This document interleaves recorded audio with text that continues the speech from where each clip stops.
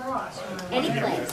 That was one of my jobs when I first went there, and they said, we have 2 students, and you need to 40. Right.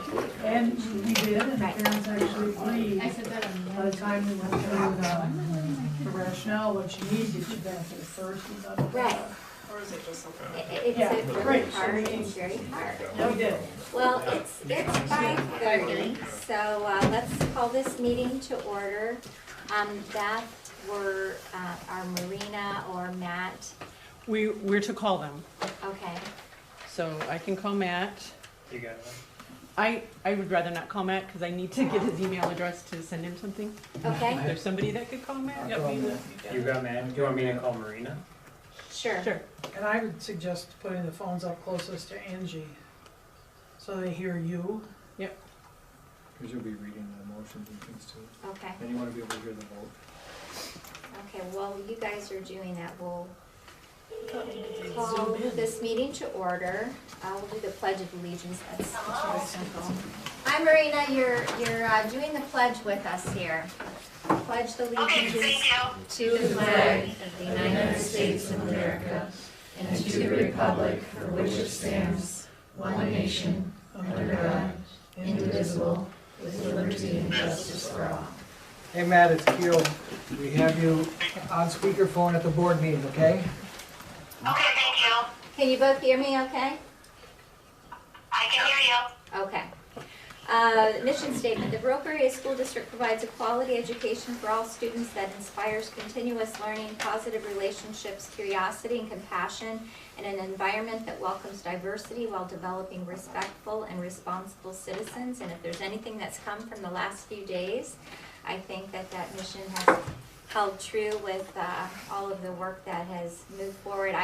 The board would like to thank the administrative team, all of the administrative assistants, our staff, our teachers, our parents, our community, for the flexibility in which they have, and the patience that they've had while all of these changes have taken place so quickly. And everybody is working diligently to continue to provide education for our students and our families in a very safe environment. So thank you for your patience. With that, spotlight on education, academic coaching, Krista and Kevin, if you would like to speak, please. Thank you for coming. Social distancing, remember, we are doing our best here. They can even sit at this table. Yes, you can sit at the table here if you'd like, One on if each, that's one on not each. comfortable. That's right. Nothing's quite comfortable right now, but Thank you, Kevin. You need more. I did 15, so. thank you. So what's being handed out for Matt and Marina, this is academic instructional coaching report. There's a position description. Kevin's position has included the following teacher and instructional supports. So there's instruction, instructional planning, curriculum, and then Krista's position has included the following teacher and instructional supports, and that's curriculum, RTI, intervention coordination, assessment, gifted and talented coordinator, continuous improvement, and membership on district level teams. And there's obviously many things under each of those headings, but since you guys can't see it perhaps, I know Marina's driving, I thought I'd start with that. Thank you for coming. Thank you. I was going to highlight just a couple of the bullets under each of those sections that you just mentioned, and so I'll start with the instruction part. For me this year, this being new at the high school level, probably the best thing that I think we did with the implementation of our new curriculum resource materials, the My Perspectives that we purchased last summer and are implementing now. I've been able to co-teach at the high school level with primarily Ashley, Lex, the English 9, and so we would team teach some classes together just to give us both a feel of the new material. So that's been, I think, a positive thing, mostly in the first semester when my schedule would line up with her schedule a little bit better. And then under the instructional planning is that the three of us at the high school level have been able to probably talk more than ever before and especially with Kendra Avery being new to the high school, just kind of reassuring each other, working through our new materials. That's been a real plus for me and for them, I hope for them as well. And then finally, where I spent my most time in the fall of the year is rewriting all of the curriculum, so that hopefully once it's approved by the board, we can get it on the website in the new form. Currently on the website, we still have the old structure listed. So that's ready to go now, where we can get the maps to the board and get that approved. When do you think that might be sent to the board? They're finished. They're- Oh, they're They're finished. scheduled. Oh, okay, so, Yeah. so we'll have our first reading in April. Correct. Wonderful, thank you for that. So the elementary has had an instructional coach position for a little longer than the high school. This is my middle of my third year in the position, and it has gradually changed a little bit as far as what my responsibilities are each year. So you can see there's many different categories of things I do working with teachers, not necessarily following the true definition of an instructional coach providing one-on-one support, but many of the things that my work involves is supportive of teachers more as groups or teams or on a building level. So a lot of my time over the past couple of years has been updating our curriculum to align with the new standards in science and social studies and ELA. There weren't new standards to align there, but we kind of rebuilt all of our curriculum to a new format with essential standards.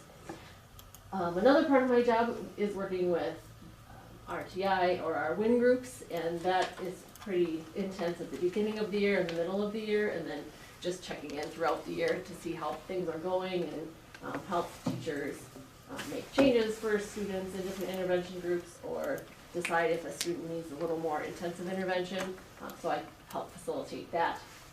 And then at other times of the year, I am helping more with the assessment, the screening windows and summarizing that data and helping teachers know what to do with that. And then the final three things are just some little extra things. The gifted and talented work, this was my second year working with that, and so again, that kind of has certain points of the year where it's a lot more going on than others. The spring typically is very full of GT events, and fortunately we've gotten most of those in. We've only had a couple that have had to be canceled from now on. And this year I've added a few additional opportunities for enrichment.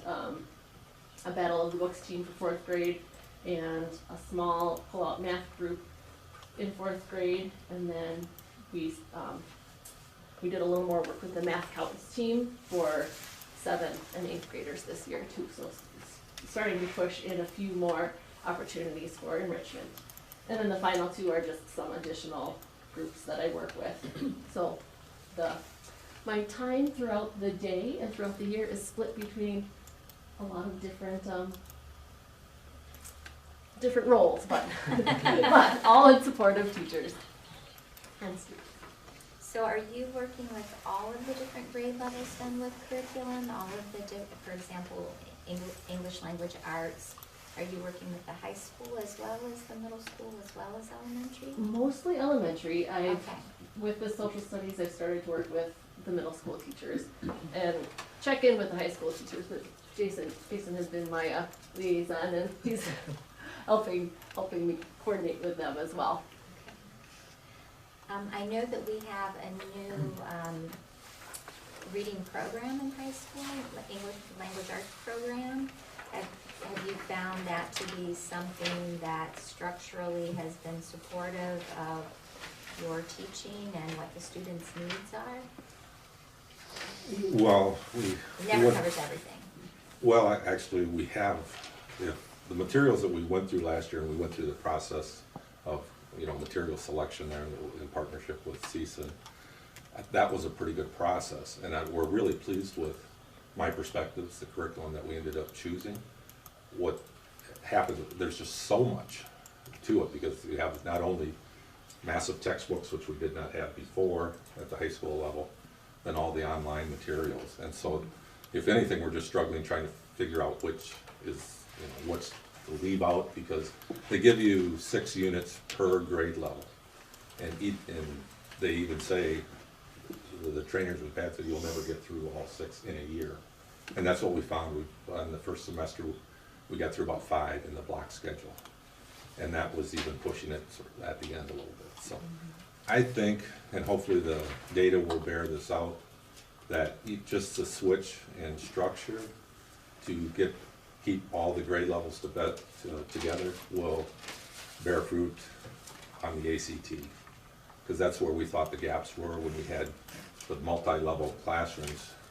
There were times we weren't seeing juniors, we'd see them as a sophomore, first block, fall semester, and maybe not until second block, junior year, after the ACT was taken. And so we know there were gaps just based on our structure. So although that's too soon to tell, we feel better about that.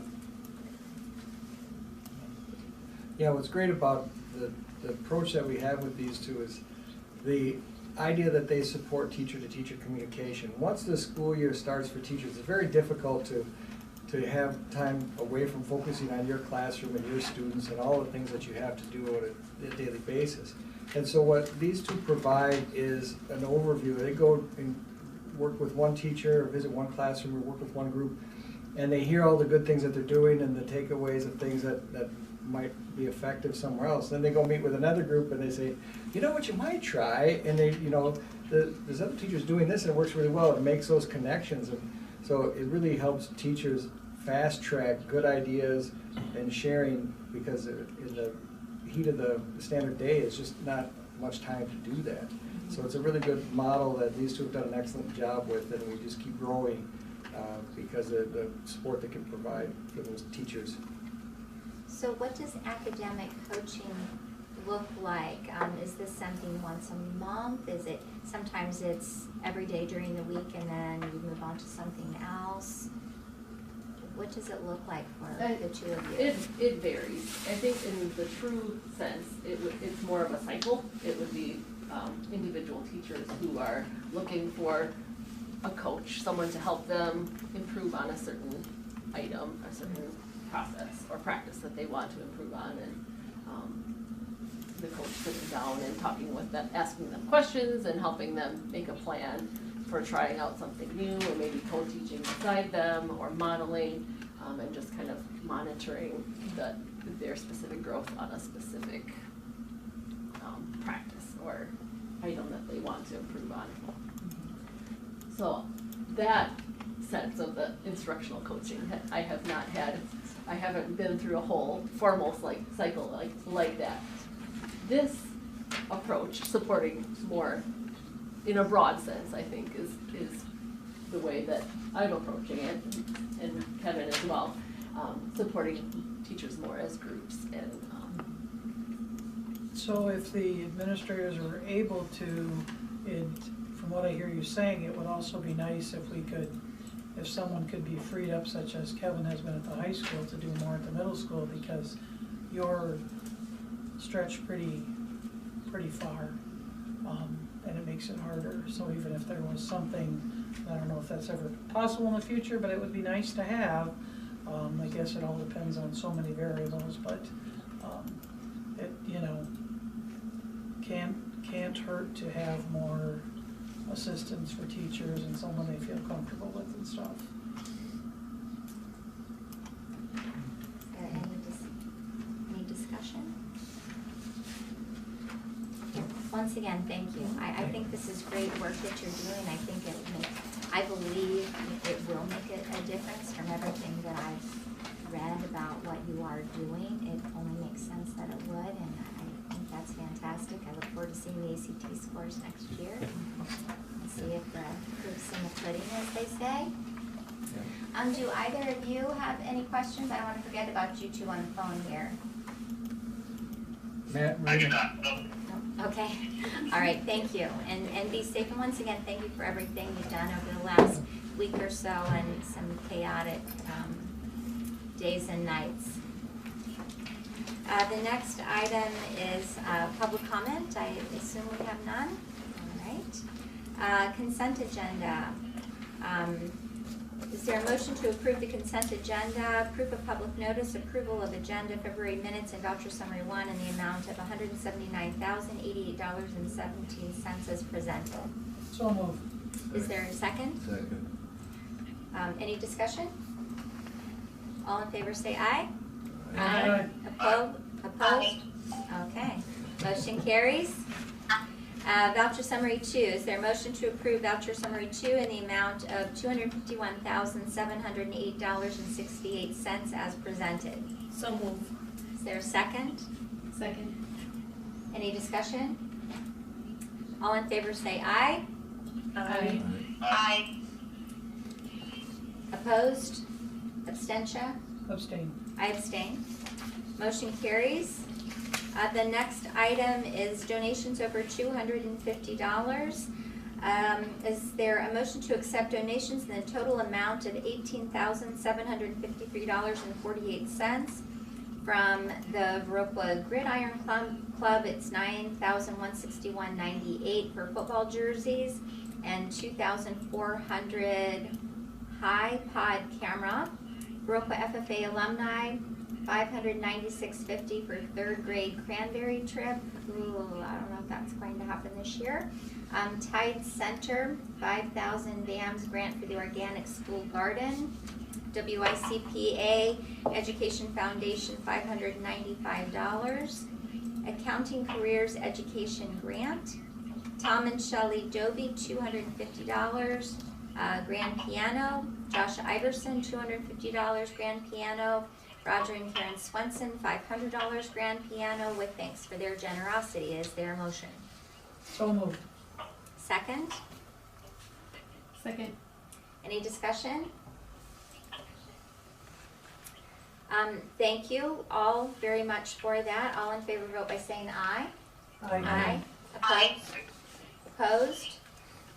I'd also like to add that I did receive, and so did Keel, an email from Spanky and Michelle Felton offering donating their vans over the next couple of weeks if the school district had a need for those vans. So nothing has happened with that yet, but they have offered that. So I wanted to also just bring that in. Resignations and retirements. Can I go back just once? Sure. That high-pod camera has just got me confused. Anybody know what it is? It's the one that's in the end zone? Yeah, it's that Yeah, really yes. high, that's what It's an end zone camera. You're able to see formations and gaps and. It's the one Clay runs. That's what I guessed it was, but I didn't want to guess I it live with a correctly. lot of high-pod cameras in my house, so You have a lot of them at your house? watch a lot of them. I watch a lot of it. Oh. High-pod film. It's dinner table conversation. The next topic, resignations and retirements. Is there a motion to accept the resignation of Chris Bain, high school math teacher, and the retirement of Marlene Glatz, Title I teacher, effective at the end of 2019-20 school year? Is there a motion? I'll make the motion. Is there a second? Second. Any discussion? All in favor, vote by saying aye. Aye. Aye. Aye. Opposed? Thank you for your service to all of you. Motion carries. The next item is D, a motion to approve that the class of 2020 graduation be held on Saturday, May 29th, 2021. Is there a motion? So moved. Is there a second? Second. Any discussion? This is different than what Pardon me? we normally would be on the 22nd, which I thought about making that motion just to throw a monkey wrench in there. And it's so early. Probably the earliest Memorial Day can be almost. I would This have year? asked. No, this one. This one. May 29th. Yeah. If we went with Memorial Day. If you want Memorial Day, that would be Yep. very early. Isn't it Memorial Day weekend? It is, May It It 29th. is. It is May this 29th. May 29th. Yeah, this is 2021. No, they're talking about next. 2021. I It thought says it was- Memorial it says Day is Memorial Monday Day the is the 25th. So we would actually be 2021. having graduation the The week weekend after. after. Oh, I wonder if that didn't get changed. No, I think that's No, right. it is Memorial Weekend. It is. Okay. So, It is? should Okay, we so wait. table this? There's a document. Oh, we date can, is- we can No, amend the- it to May 22nd and see what happens. No, No, just, Memorial Day is later, as she's saying. it was just written wrong as far as Memorial Day, like the wrong date. So May Memorial Day is 31st. the 31st? Yeah. Okay. So it's the They- 29th. So So the this 29th. is correct. Okay. This is That's correct. correct. So the motion is still okay. Okay. Yeah. Thanks, Kim, for getting it right. I'm Well, impressed it's with just by that. luck. Oh, it's skill. When Robert said that. Well, way to get everyone kicked off the board. Everyone gets fired over that. Okay. That was just Jason trying to make sure people were paying attention. What if we just? I'm more worried about this year's graduation. That's right. Okay, with that, all in favor say aye. Aye. Opposed? Aye. Do we have you, Matt? Aye? I did say aye. Okay. That would be on the end. Okay, I'm sorry. Thank you. Opposed? Motion carries. Thank you. Sorry for the confusion.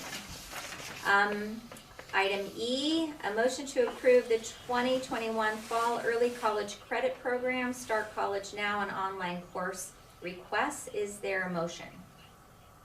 I'll make So that. moved. Oh, I'll second it then. Second, any discussion? All in favor say aye. Aye. Opposed? Aye. Opposed? Motion carries. Item F, Vernon County Better Futures. Motion to approve the 2020-21 Vernon County Better Futures 66.0301 cooperative resolutions with the Westby, Kickapoo, and Lafarge school districts as recommended. Is there a motion? You'll let me get that one, Kim? You guys can make a motion too on the phone. I'll make the motion. Okay, Matt says, Yeah. Matt makes that motion. Is there a second?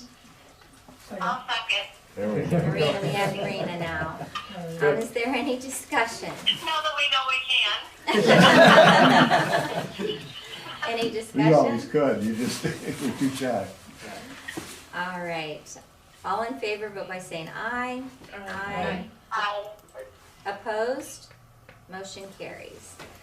We are now to item 9, information. The administrator reports. We'll start with Mike and the technology update. And this is actually Mr. Zilke's update again, as we have in the past. He updated the slides and everything, so we'll be able to get through it pretty quickly. In the 2021 projects that he's got planned out for the next year, because he's always a year in advance, he'd like in the high school and middle school to have one access point per room. And that would require 70 new wires. We're currently getting started on that right now to prepare for the summer install. Still working, and newer Cisco wireless hardware will be moved to the elementary school to give them more coverage, so we're not having to throw away perfectly good equipment. It's just the one-to-one and that protocol, if you want to say wireless protocol, is more suited for the high school environment. So this is to resolve large loads hitting one access point in one area. 1 AP per classroom is a new standard for schools. With the increased use. Yep. It requires more access points to be able to have, for all of the student devices to access the network, so it's just growing. We'll continue our Chromebook updates, we'll be replacing 250 end-of-life Chromebooks. Moving 2 carts out of the high school, middle school LMC to classrooms and replacing the LMC carts with newer hardware. The Lab 6 ES Lab Chrome bases are at end of life and will need to be replaced. Skyward, continue efforts to prepare Skyward databases to be combined. As Pat would say, we're not really sure why we ended up with 2 databases when we went to Skyward. But it's caused us problems every year since basically 2000, Beth, would you say? Right around there, when we started. So when that is done, we would be making the move to their hosted option, which in the long-term plan is to move to their cumulative, which is Basically, they're phasing out the 2 forms of Skyward we've got right now. So it's a very big project for the IT and for everybody in this district, really. Aristotle, we are combining security solutions and classroom management software to reduce cost and lower support. Hapara, GoGuardian, and PDQ will be replaced with Aristotle, and bonuses using Aristotle is we will receive analytic information about device application usage to help plan and better use current technology. So what Aristotle basically is a program that runs in the background that, like a better word, filters. You know, I mean, I think that's a fair, and monitors. It's actually very powerful. We can use it for a number of different reasons, of which at a school you can probably imagine, whether it be web searches, inappropriate web searches, concerning web searches, and get that information to the right people at the right time. So it's a very good, Aristotle is a good program. It also does other reports too, just on usage, so if we're not sure, we wanna see how often the computers in the computer lab were used in certain programs, it will break that down and tell us, so we can get more definitive use, reports of use throughout the district too. Then we have our infrastructure, continue our replacement cycle of backbone switches, the Cisco switches. 5 more will be replaced this summer. Adding a dedicated switch to each closet to support new number of access points, that's a big thing. Continuing to update, replace teacher workstations with laptops for those who prefer that option, which is becoming the preferred option. And we are also able to grant almost all requests for new hardware requested by the staff during budgeting, document cameras, speakers, etc. And then updating, adding security cameras. Some of those cameras are already 3-4 years old, and being outside or wherever they're located, they're starting to cloud over. So a couple of them could be replaced. His planned projects, and he puts a price tag on this, rough budgets, just so you understand. 5 switches at $10,000 a switch. Chromebook edition replacements are about $75,000 he has budgeted. Wireless access points, that would be another $20,000. The wiring for those would be $18,000. New server $15,000. Teacher laptops $15,000, and software $40,000. That's kind of his hardware budget for this coming year. So that's where we're at on the technology. How many school districts have 1 access point per classroom? Is that most? Pat would tell you that, not 2 years ago, but maybe 2 years from now. Most not. Yeah. I think that's why I understood it right, Teal. Yeah. It's the new normal, they're moving towards that. even last year, okay, we're good. And then all of a sudden you'd start hearing, we dropped her in this, or we dropped her in that, and it's just the more they're getting used, it's saturating them. Kind of nice to be ahead of the curve a little. And Yeah. Playing catch up. Right, the change is a little bit too, we used to go with a stronger access point that had a broader range, and they're just not as effective as you can get access points that are more focused for that particular classroom and more effective. So more of them, and not worried, you get the coverage by adding more of them, and is the recommendation that most of the tech directors are making for their schools to be effective. Any other discussion? Mike, I'm wondering, how different is this budget, or Keel, how different is this budget than prior year budgets? Is it just that Chuck? Very consistently. That's what I assumed. Different things. Maybe a lab one year as opposed to Chromebooks, but yeah. Pat does a very good job of creating this cycle of, what expectancy for devices and when they need to be turned over, and planning for technology improvements and upgrades. One of the things too that is on this topic is the team worked very, very hard, mostly today, a little bit yesterday, but today, putting together Chromebooks for students to check out during the closure. So any faculty member that needs a Chromebook because they need to have access at home, maybe they have a desktop here and don't have a laptop, or any students that need to be able to access technology and don't have a device at home that works, they can check out a Chromebook from us during this closure period. We have ordered a number of access points, for wireless service when needed. Do you believe we have enough, or do you foresee us perhaps needing to purchase some more in the next couple of weeks? We feel like we have enough to cover the students who would need assistance now. You know, we're not gonna go all the way down to kindergarten, because that's not our Right. model anyway, Right. so Right. we should be fine, I think. And the access points, those work pretty well, no matter where you live, or hasn't We know quite been that's a tested? limitation, I mean, that depends on where you live. Yeah. Okay. Thank you. The next item, middle school science fair, John? It's canceled. Spelling bee. It was Word of the day. supposed to be, March 18th, is our 6th through 8th grade science fair. In high school, students help judge. It's a very power-packed day. And it is a point of contention. Some of the calls I'm taking are parents and students wanting it to happen in some way. So, you know, like everything, that's up in the air too. So that is just up in the air. Mhm. So, Do you think they'll be able, like, when they're having that pickup on Wednesday, would they be able to then drop off their posters at that time and do something virtually with the teacher? No. No? During the closure, we're prohibited from providing instructional services here at school. So it's something where it involves quite a variety of teachers, and to coordinate that would just be bringing people together. Okay. That Okay. we're to the point now where we've been working these 2 days to, as you can see from tonight's Right, configuration, right. to keep people separated and things, and so we're avoiding that collecting kind of approach right now. Maybe it'd be something we could reschedule, and when the kids are back and be able to do it then would be the best bet. yeah, we need to just wait. And if, when we return, we'll resume. And if for some reason we don't, we'll be like the NBA and our science fair won't happen. And I do think, you know, so I have a child, but, Yeah.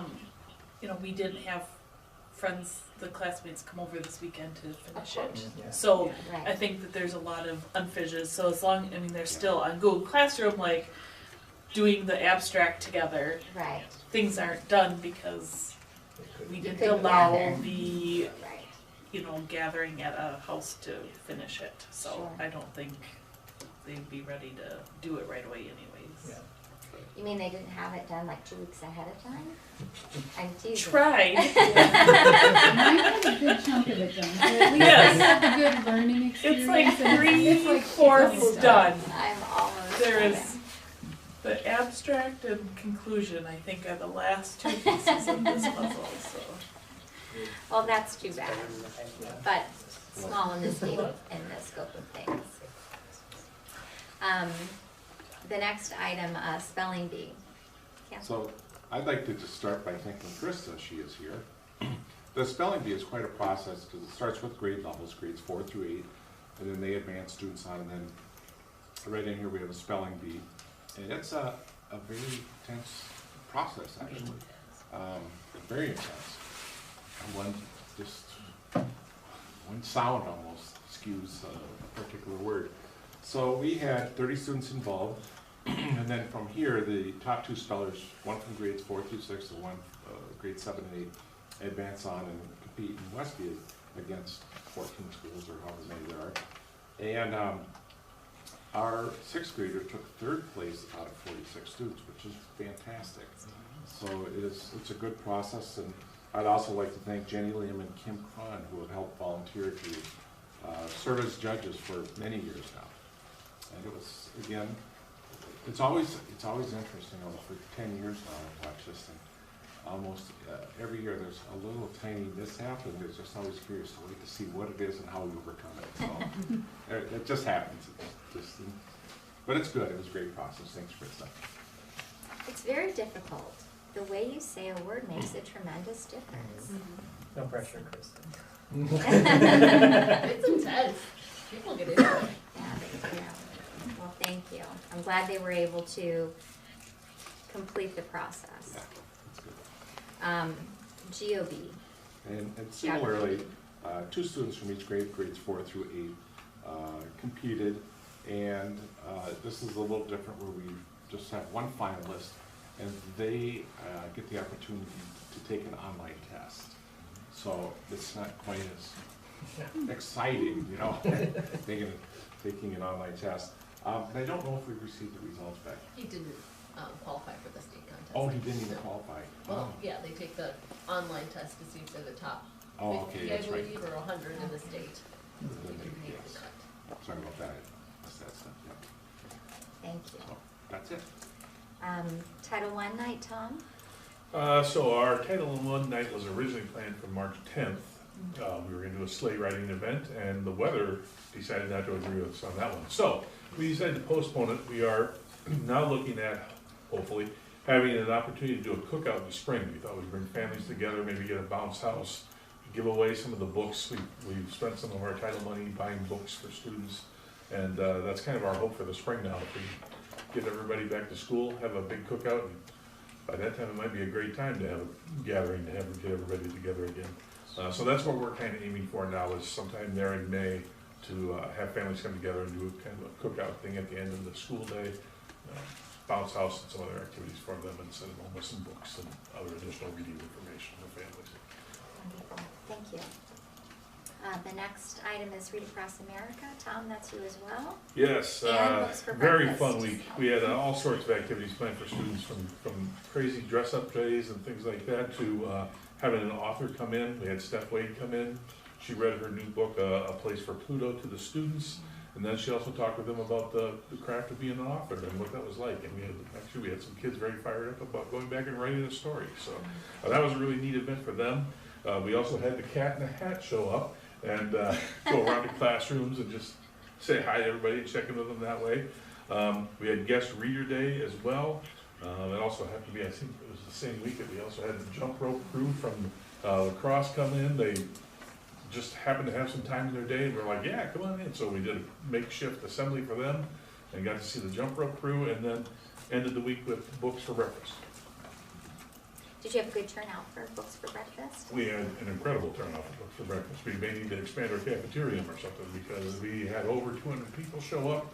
It was busy throughout the whole morning, and the gym was pretty full of students reading with their parents in the gym too. So really great activity there. Excellent turnout this year, so it was a great event. We have Thank a parent reader who was here. It was pretty crowded. Yeah, it was busy. Good. Good. I had the good fortune of being able to be one of the guest readers, and I learned that Christopher Robin and Winnie the Pooh are real. Did you know that? It's a real person, and that's a real, true story. And then the stories that are created were experiences from the child and his real bear. I didn't know that, so I learned something when I was reading. And I enjoyed it. I got to read to a couple of classes, and it was very, very fun. The teachers were fantastic. The students were marvelous. Good experience. Thank you. The next item, ACT. Jason, you got it in? Yeah, we got the regular date in for the ACT. And fortunately we had, I think, just short of 94% of our juniors take it. The makeup date is tomorrow. And the emergency date is the 31st. So all the other tests have been boxed up and sent back. And we'll wait to see what the ACT Aspire coming out. They put some state testing information out to us and letting us know that as a state they may need to contact the federal education people and see if we can get some relaxing of the rules possibly for this year. So, but the great thing is we were able to get the vast majority of our kids done that first day. So there was guidance that came out today by the state. The DPI assessment coordinator sent out some guidance on what you can do if you don't want to test tomorrow, realizing that this is a situation that nobody was prepared for. If school districts do have students, which we don't, so we won't be testing, and then some guidance. The guidance for beyond that as well. So we're working with our school counselor, Jenny Schneider, to make sure that this guidance is understood, and then I sent this to Jason and then some of our other high school special education teachers, just to make sure that we were all in agreement on and ready to test if we need to on the 31st. No, not on the 31st, but ready to do what we need to do as the state tells us. Interesting times, and I'm sure you'll get 40 more emails about that topic in the next couple of days. I think we already just, no, I'm just kidding. Sorry. While you were speaking. While we were speaking. No, it's true. This isn't a joke, but it's still. Everything is just coming out quickly and it changes. Oh my God. I'm glad we didn't have the weather problem though. Thank goodness. That would have been a nightmare, more of a nightmare.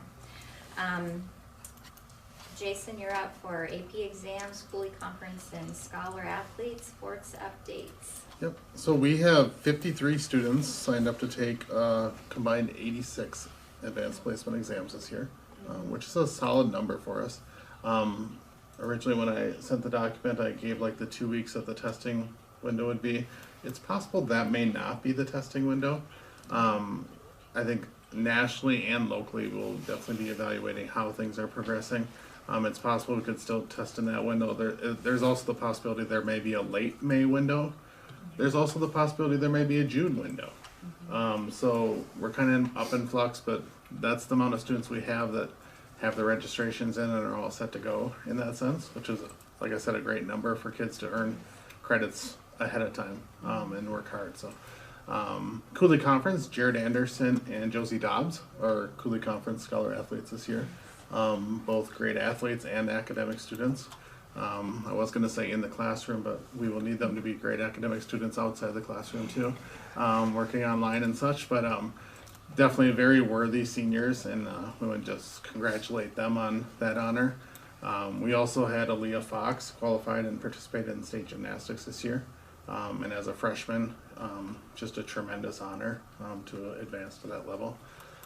Sports update, we have a lot of kids signed up, and the weather's great, but we can't participate at this point. So the guidelines we've gotten from the WIA at this point is once school comes back, I think every sport they want you to practice for a minimum of a week before you're doing competitions. So it's really in limbo as far as depending when it comes back. I mean, if we truly can get back April 6th, there is the possibility to salvage some of this, the different competitions, and the WIA has already put out the guidelines like how you would determine seeding and different things, because you may not have a full schedule as far as conference games and different things. So, but yeah, it's a little bit different situation in the AD's office. We're not rescheduling anything at this point. We're just in kind of a canceled out a bunch and are waiting to see.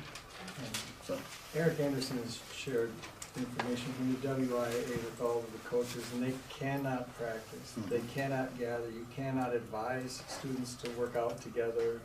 They're very clear about trying to keep the idea of separation valid through all of the sports across the state. So the rules are clear, so the kids won't be practicing. no open gyms, No open gyms or anything like that. It's a shame, but it's for try to protect the health of all the students for sure.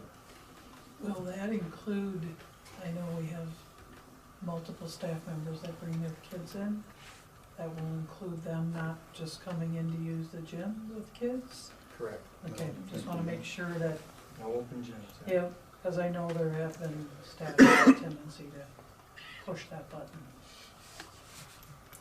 Kim, you would never do that.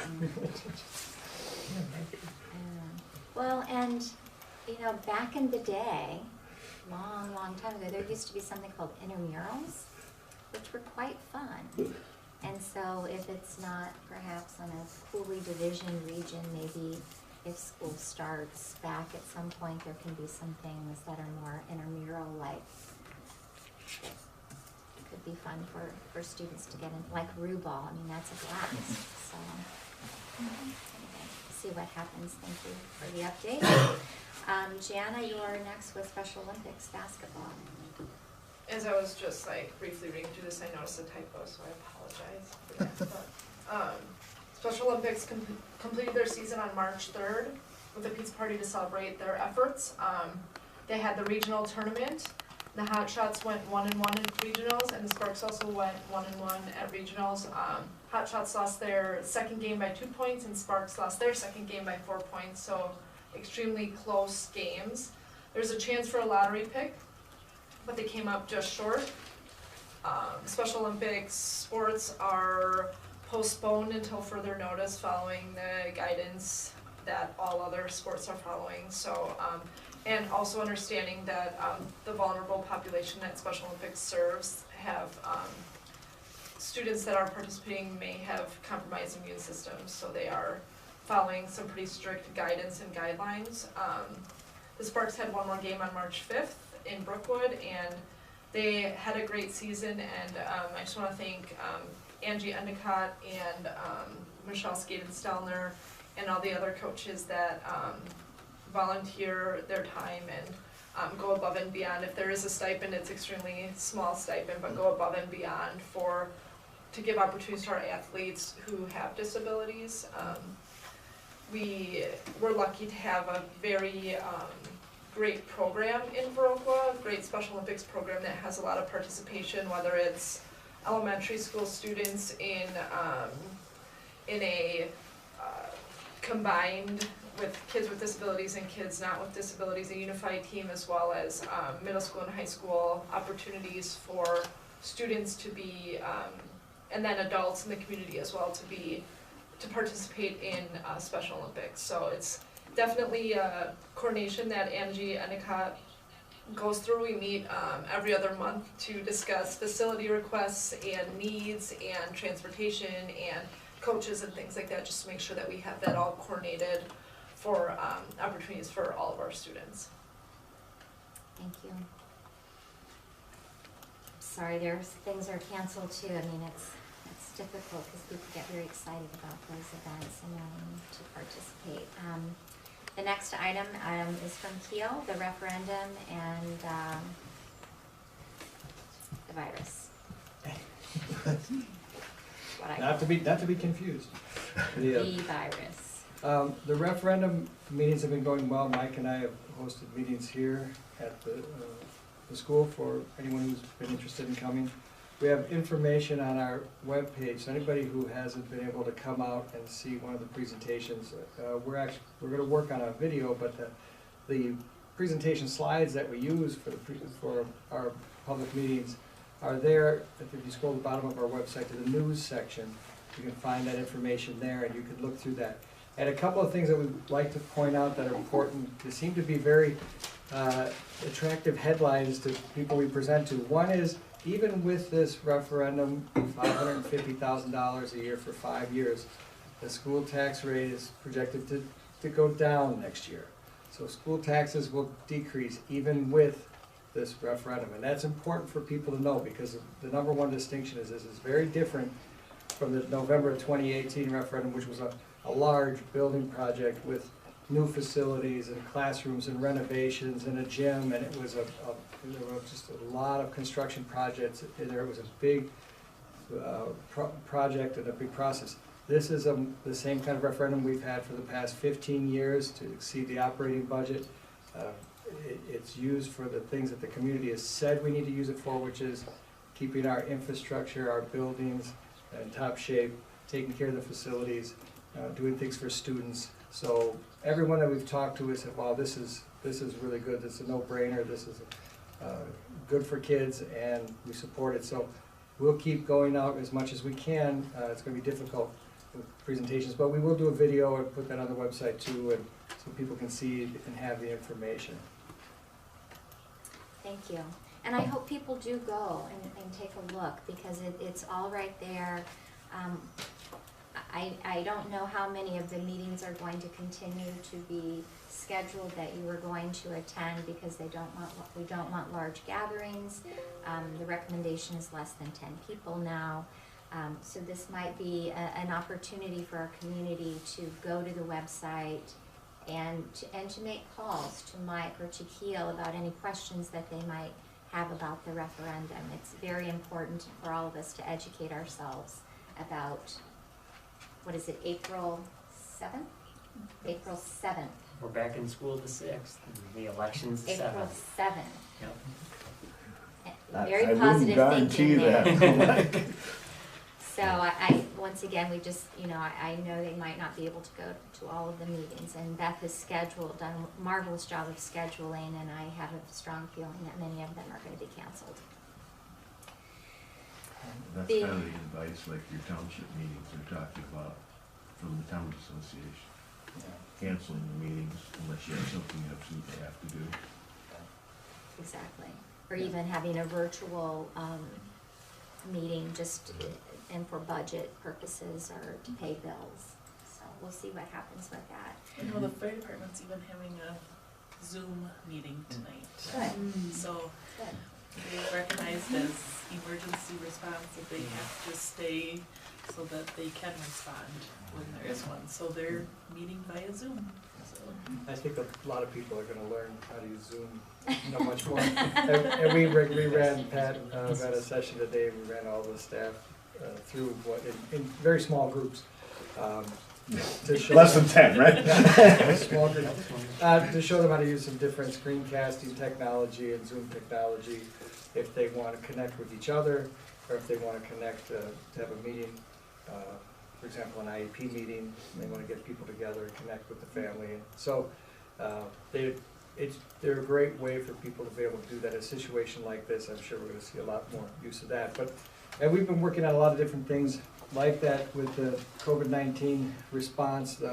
Probably the most important thing we want people to be aware of right away at the front end is that we are offering meals, breakfast and lunch, to any child that lives within our district, 18 years or younger. And you don't have to be a Viroqua area school student. You can be a private school student, a homeschool student. There's no rules to qualifying. Everybody is eligible. We've got a link out on our webpage, we've got it on Facebook, we've got a form out that you could just fill out and let us know, and we'll be working on starting delivery. We're going to try tomorrow to start getting some of those meals out, lunch and breakfast together, and they're free to children. Adults can also participate, also for breakfast and lunch combined at a cost of $7 per day. If it helps, our bus drivers will be taking some staff with them and driving the routes to deliver the meals, and so it's quite an extensive program, a lot of logistics today. We had staff working late right up to this meeting, trying to get those families organized into the bus routes and the numbers. So it's going to continue tomorrow as we try to build this out, but it's something we're proud to be able to do for the community, and Christy Etheridge in the food service department, and Randy in the transportation department, and everyone else who's been helping and working on this. It's taken quite a few people together to make this work. So we're very happy with that. That program will be going forward.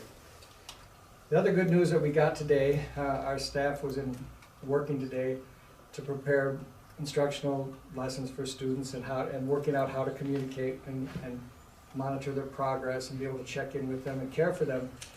And so we worked on that all day. And then at the end of the day, we were able to announce that DPI sent an announcement at the end of the day that they will be authorized or approving of waivers for districts who apply for a waiver to make up hours of instruction.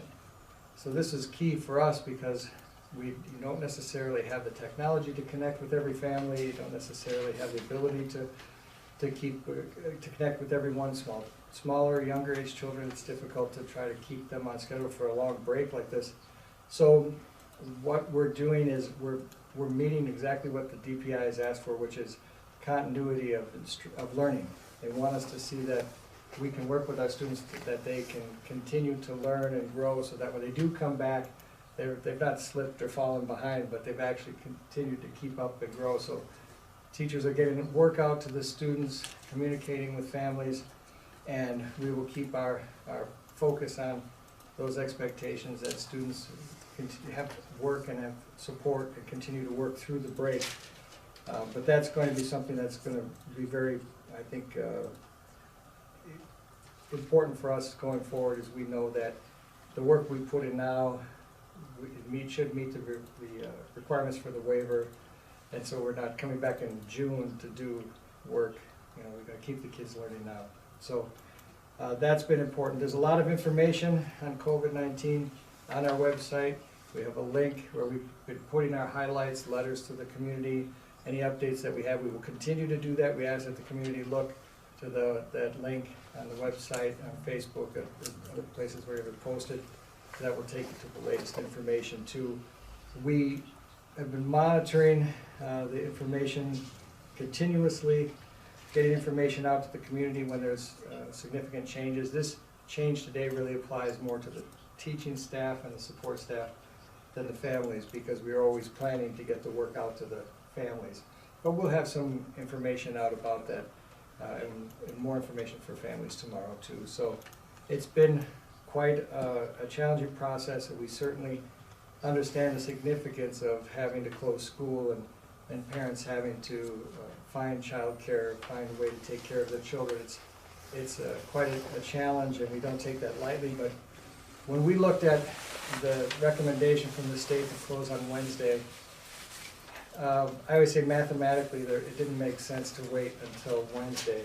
There's nothing that you can calculate to say COVID-19 won't be a threat for 3 more days, then it's going to get bad. It's the problem is the contact and the shared contact within the community is how it spreads, and there was no reason to continue that for 2 more days and have kids together for 2 more days. So we've all gotten a lot of very positive comments from families who've been happy to say the definitive answer and to just stay away, and you know, although difficult, they feel was the right one for the health and safety of the kids and the community. So we appreciate everyone working hard with us and staying current on information as we try to make, you know, the public understand all of the ways that we will communicate with them and the changes that will happen. So any questions that anybody would have? I was told tonight that UW River Falls is online for the rest of the school year. Most of the universities are, yeah. How about the administrative team? Are you all going to be home? Well, not till they tell us we have to be. Although you're having too much fun. Am I missing something? No, it's a real mixture. I mean, it seems like we've all been together for about 18 hours straight now since everybody came in 5 o'clock yesterday and worked through till we had things ready for this morning and then all day. But our goal, because of the idea that if we keep bringing people together, it's never going to get better. We want to follow the same rules that the whole reason that we're closing school is because it's so important for social distancing and for people to stay, to not to gather, to stay away from that kind of activity. So we're working to get to the point where our teachers and staff can work from home as much as possible. We do expect at some point we may be told that we can't come to the building and we need to stay away from the building entirely. It's not the case yet, but so we're all working minimally by the end of the week, minimally from the building together, but as much as needed to here at the offices. But we'll be checking messages and doing email, and we'll have office hours. We have to support the lunch program and the meals going out, and the teachers are going to be supporting students and connecting with them. So the work will continue. But we're saying you don't need to be sitting here in your classroom to do that. You may be safer or better off staying at home and communicating from there until things get better. And our secretaries and paraprofessionals, other than Beth, is a different role, but what of our building secretaries and our paraprofessionals? It's the same thing. There's not a reason to have the office open the whole time when everything is closed, but so we'll be. Some of the details we'll be working on. We worked at the end of the day, but tomorrow then too, to see what we'll have for office hours or what we need to keep the ongoing communication support. Support staff members have been very helpful. They'll be assisting teachers and supporting students. They also, a lot of them are interested in helping with the lunch delivery and the lunch program because the bus drivers can't drive the bus and then deliver lunches, so they'll need help, and so we've got people that are wanting to work and help out in those situations too. So essentially today, there was a lot of talk with everybody at every level about what's your role in helping support students and what's your role as a team. And so they're preparing communication for the families and updates. So having this, there's a very busy day. There's just a lot of decisions being made and a lot of work being collected for students and things to go out. So has there been any discussion, I assume there has been, about paying employees that perhaps won't have something to do within the building? What this waiver allows us to do is treat this as if this is for school time, so people can be paid and benefits won't be cut and things like that. So what they have said today is that goes through April 6th. So for the current period of closure, the state is supporting the idea that don't treat this as if these are work days and they will count. You'll be funded, you can, your staff can work, keep working with the kids. And then, of course, as we told the staff today, just as there were changes between Friday and today and then today itself, we don't know what changes might be coming up within the next couple of days or weeks, and we ask that people be flexible and pay attention to the announcements of the changes. We have to make them, but we feel like right now everybody we just breathed a sigh of relief at the end of the day, because it wasn't that you weren't going to be paid, you weren't going to be able to work, you weren't going to. That's difficult for any family in any occupation. But the waiver simply is the state saying keep working, through this period, and then we'll evaluate and update us as far as, hopefully, like Mike said, we'll be back on April 7th, back to school, and everything will be back on track. Are there any other questions or discussion from the board about any of that? The next item is board report. So legislative update. Gil and I were supposed to meet with Ron Kind this week. That has been canceled. And all of the information that we're getting right now, I would just like to once again ask for people to be very patient, because we don't know what is going to happen. I know it creates a lot of anxiety. There are people not sleeping at night. There are people with worries about paying rent and electric bills, and we respect everyone's concerns right now. And as a district, I feel very honored to be part of this district. I see the work that everyone is doing to try to make this as smooth of a transition as possible. And everyone's putting in very long days, and I know our teachers have a lot of anxiety as well. They're worried about their students. They have family worries as well, and so it's a time for everyone to try to breathe. And I keep reading about the importance of administrators taking the time to get a little exercise, walk a little bit outside, and breathe. Maybe Wednesday. You'll breathe on Wednesday. I'm thinking actually Thursday. Maybe Thursday. Thursday or Friday, I don't know. Hey, we all took a sigh, a breath of relief at the end of the day, so we did that. So. Every day there's a moment of, actually Friday when the governor made the announcement that went in a different direction again. It just, like I told Keel, it kind of took things off of us, but yet gave you a lot of work for a short period of time. Long period of weekend, but at least that decision was off of us. Yes. I think it's. And Keel and I were finally able to eat and enjoy a meal together at 4:15 today. Yep. So Not too close though. No, we were 6 feet. But we were finally able to take a deep breath and enjoy some food. So. Well, I noticed in our agenda there wasn't a lot of room between Kress and Gahinsky in there. Oh yeah. So once again, I thank did you. social distance to me. Thank you all very much, and thank you for all your long hours. I know I've been following Keel more often than he would like, I have no doubt. And at late hours, early mornings. Everybody's been calling. So, He just doesn't answer the rest of it. No, he answers. He answers every single time, and I appreciate that. And I respect all of your work, so thank you very much. And on that, is there a motion to adjourn? So moved. Second? Second. With that, please vote. Aye. Aye. Aye. Please vote. Aye. Thank you all. Marina, you still there? We lose you. My phone I'm still here, thank you all. Thank you for distance. Thank Be you well. so, yeah, thank you so much for participating. Good night. Thank you all, good night. We can't do Thank you that. for recording that.